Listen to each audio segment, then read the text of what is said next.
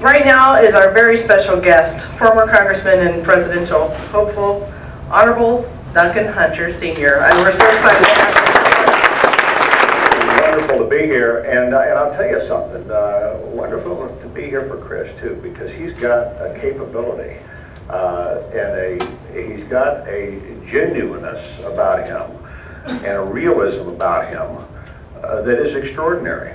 And I'm reminded, you know, I was in his office before we came over here, and I was looking at some of his Navy memorabilia that was sitting there, and I noticed the name of a friend of mine, Admiral Bud Flanagan, who ended up being the commander of the Atlantic Fleet.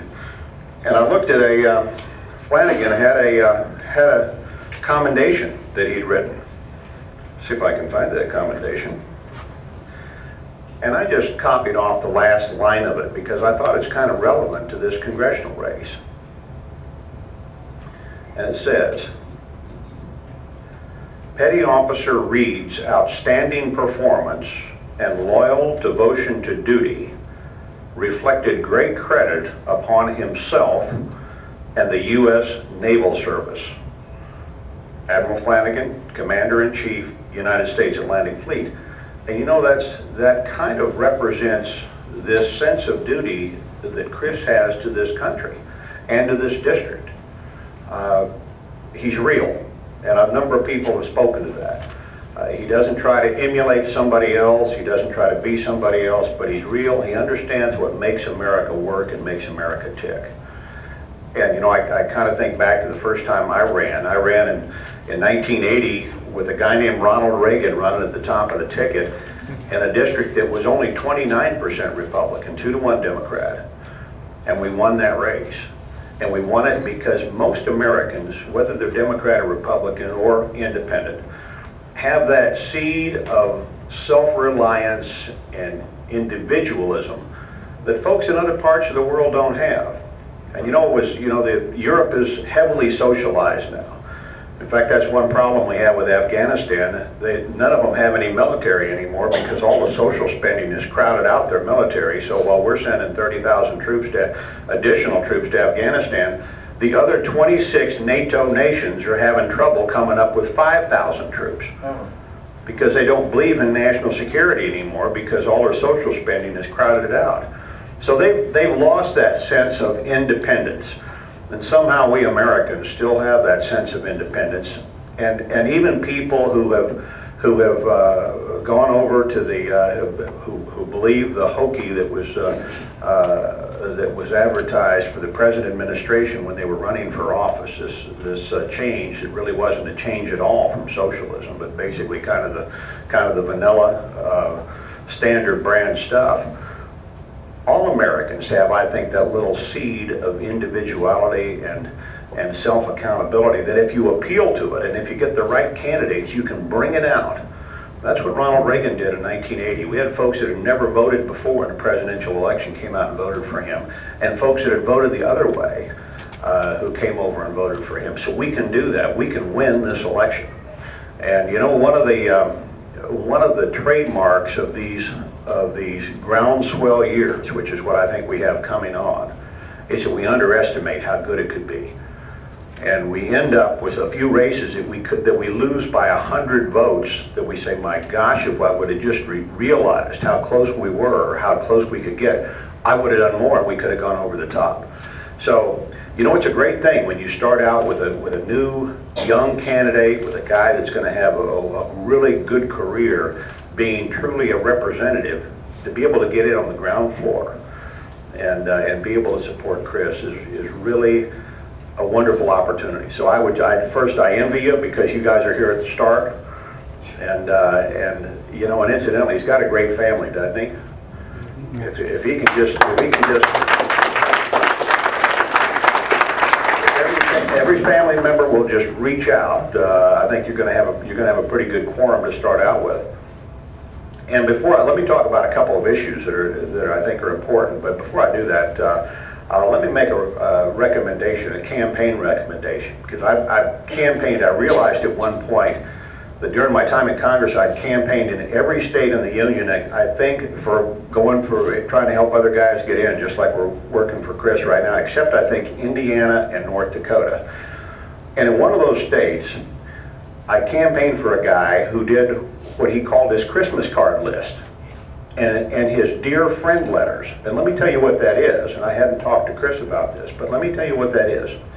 He would get got all of his initial supporters, and everybody has a Christmas card list. You've all got 30 or 40 or 50 people or more that you send Christmas cards to. And he printed out a dear friend letter. And it said, in this case, he said, he said, dear friend, I want you to know that this is a great friend of mine who's running for office, and he'll be a good congressman. And it's a letter from you, but it's a form letter. And then there's a place where you sign your name.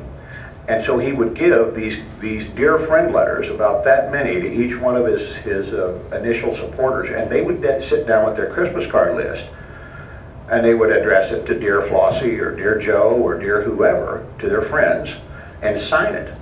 And you know, the way people choose their doctors, their lawyers, their plumbers, anybody, is through referral, through checking with a friend. And you say, is that a good guy? Yeah, he's a good guy. He'll do a good job for you. People do the same thing with respect to congressmen. And so if everybody here would send out a dear friend letter to 30 or 40 or 50 people that are on your Christmas card list, you would have a new explosion of Chris Reed supporters. So one campaign idea that I'm going to leave you with, I started doing the dear friend letters, and they really work. And if you can get that up to the point where you've got 300 or 400 people sending out 30 or 40 or 50 letters apiece, and then a bunch of them come in and they send out letters, you can have an enormous effect in a grassroots way. So anyway, just an idea. You know, we fought hard for our independence. And I don't think Americans are going to give away this dearly won independence that we fought so hard for over the centuries because somebody offered us a loaf of bread.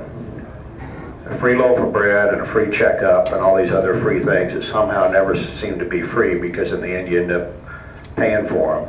And you know the problem with socialism is socialism breaks people's spirit. You know, when we took control of Republicans took control of the House in '94, and we reformed welfare. We made folks go back to work. And when we did that, we did a lot of research. And we found out some kind of surprising things. One thing that I thought was most surprising to me was, you know, welfare was supposed to be a transitional thing that you took when you were on hard times, right? And yet we found out that the average welfare recipient had been on for 13 years. That meant they got addicted to it. And the problem with socialists is this, and the socialists design people. They've never learned how to give people free things without, number one, addicting them to it, and number two, breaking their spirit. Now, if you talk to Chris, you get a great case history of how a small business was formed. And this business he's got, which is an answering service, is something that came to him when he was working for somebody and realized that good quality answering services were hard to find. And so he developed an answering service. If we had a socialistic system, he never would have come up with that idea. He wouldn't have been laying awake at night trying to figure out how he could come up with a creative way to move his career forward, serve his family, and also provide a good service to the community at the same time. And that's the story of America. It's a story of people who think on their own and who are independent. And I think we're going to come back. I think we're going to come back with a bigger wave than we imagined. And we have a good chance of taking the House of Representatives back. And that means Nancy Pelosi will not be the Speaker of the House.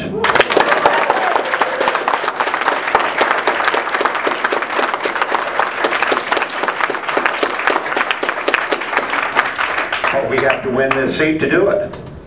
We got to win this seat to do it. You know, there's some seats we're going to take back. We think that have Republican registration advantages that are held by Democrats. We'll take those back, for sure. And we'll take back others that have got a conservative majority. But we got to take back all the seats where we've got a good shot. We've got a great shot at this seat, and we can take it back.